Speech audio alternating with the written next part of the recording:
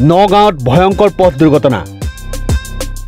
16 চকীয়া ট্ৰাকে মহতিয়াই নিলে 2 বাইক আৰোহীক ঘটনাস্থলীতে মৃত্যু 2 বাইক আৰোহীৰ মৃত যুৱক দুজনৰ নাম শাহিদ দাস আৰু আমিন আলী নগাঁৱৰ উৰিয়া গাঁৱত ভয়ংকৰ পথ দুৰ্ঘটনা সংঘটিত হৈছে এখন 16 চকীয়া ট্ৰাকে মহতিয়াই নিলে 2 বাইক আৰোহীক ঘটনাস্থলীতে মৃত্যু হয় 2 বাইক আৰোহীৰ একেটা পথতে আহি থাকোতে দুখন ট্ৰাকৰ মাজেদি পাৰ হ'বলৈ লওঁতেই সংঘটিত হয় এই ভয়ংকৰ দুৰ্ঘটনাটো